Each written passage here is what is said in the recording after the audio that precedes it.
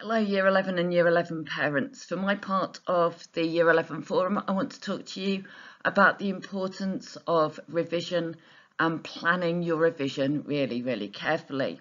I'm going to start with this quotation because I'm an English teacher and we love quotations. He who fails to plan is planning to fail. Make sure you think about how you're organising your time, because if you plan your time wisely, you're setting up success for yourselves. When I think about revision and when I think about the time that's leading up to exams, I like to think of it as a combination of revision, going over things, and also exam preparation, making sure you are match fit for the exam, making sure that you are absolutely at your best when you get to those exams. And you need to think about how you set yourself up to be match fit.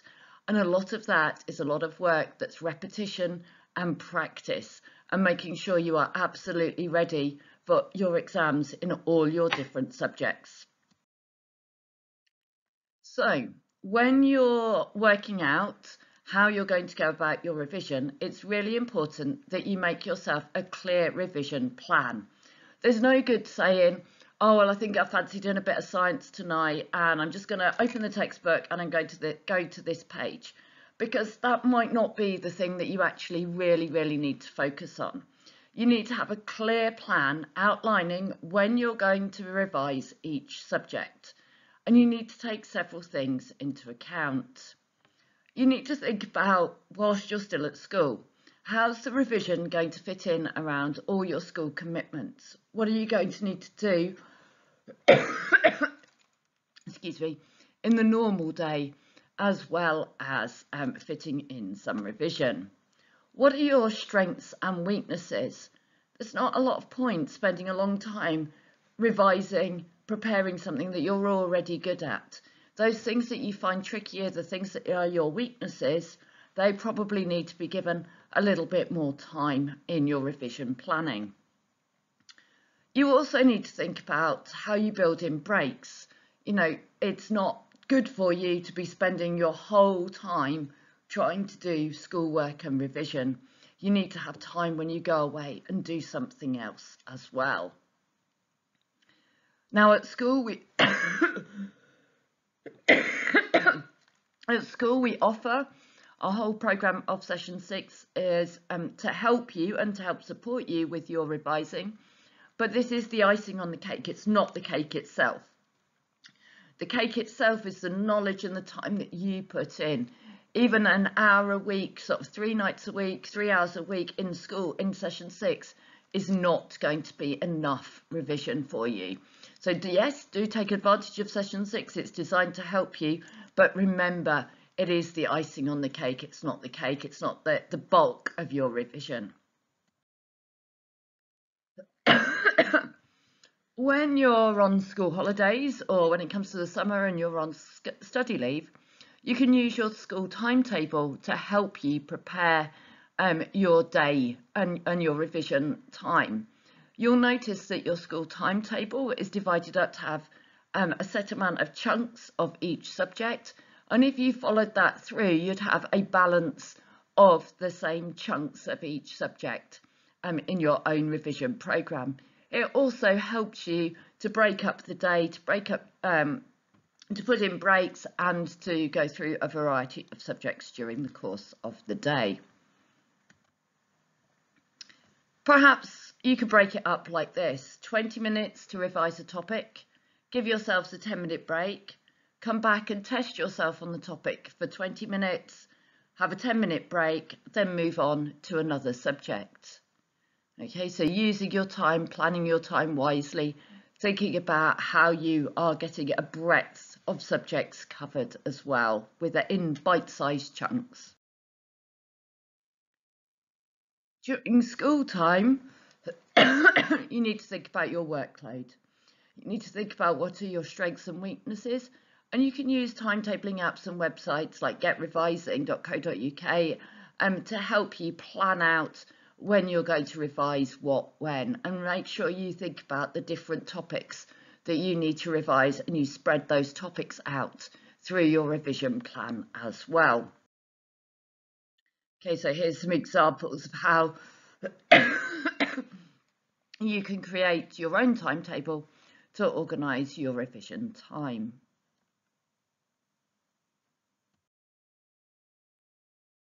Okay, so now some subject specifics. We often hear this, you can't revise for English language, it's just reading and writing. Well, this is a big myth. Like I said to you at the beginning, exam revision and exam preparation are closely related things, and actually you can revise for English because you can practice the skills of English, and there are all sorts of ways that you can. This comes from the English Language Examiner's report the last time a national exam was sat. And it's really interesting to just take note of some of the things that you can do from this to help yourselves. What characterised the best responses was the ability to engage with big ideas: politics, economics, gender, aesthetics, class, morality, psychology, even philosophy.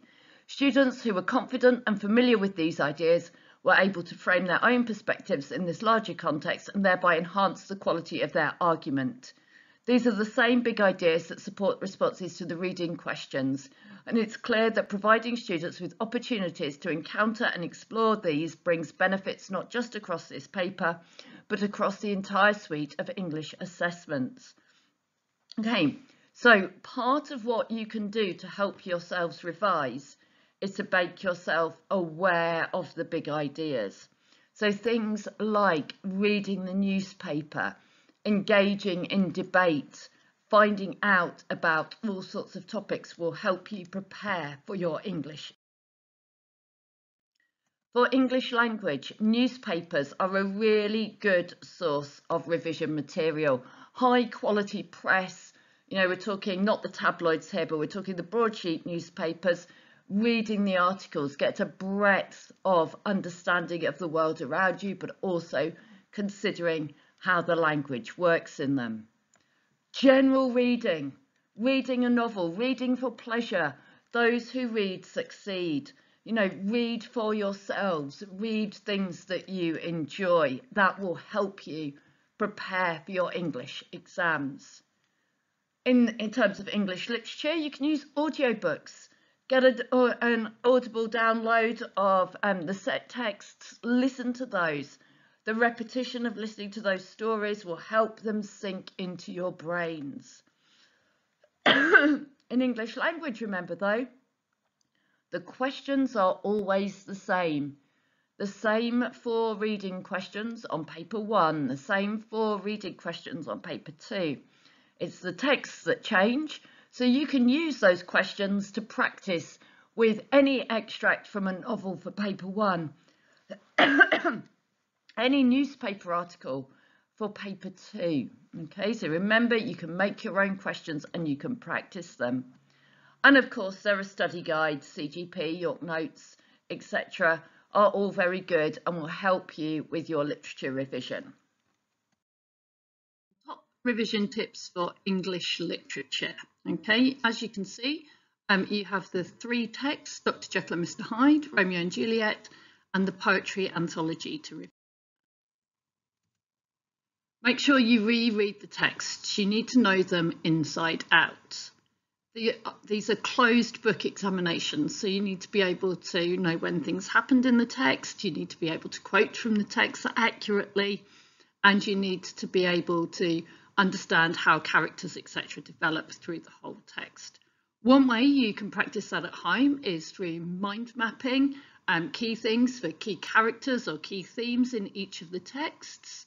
You can do practice exam questions, lots of which we will do in school, but there are plenty out there that you can have a go at planning or writing at home yourself.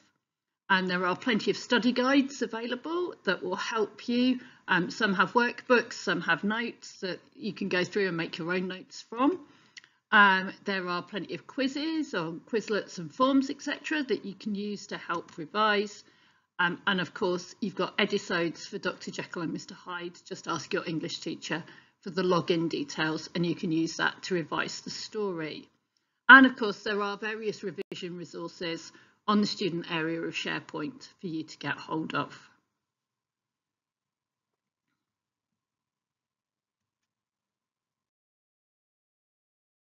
And one final point, there are changes to the English literature exam.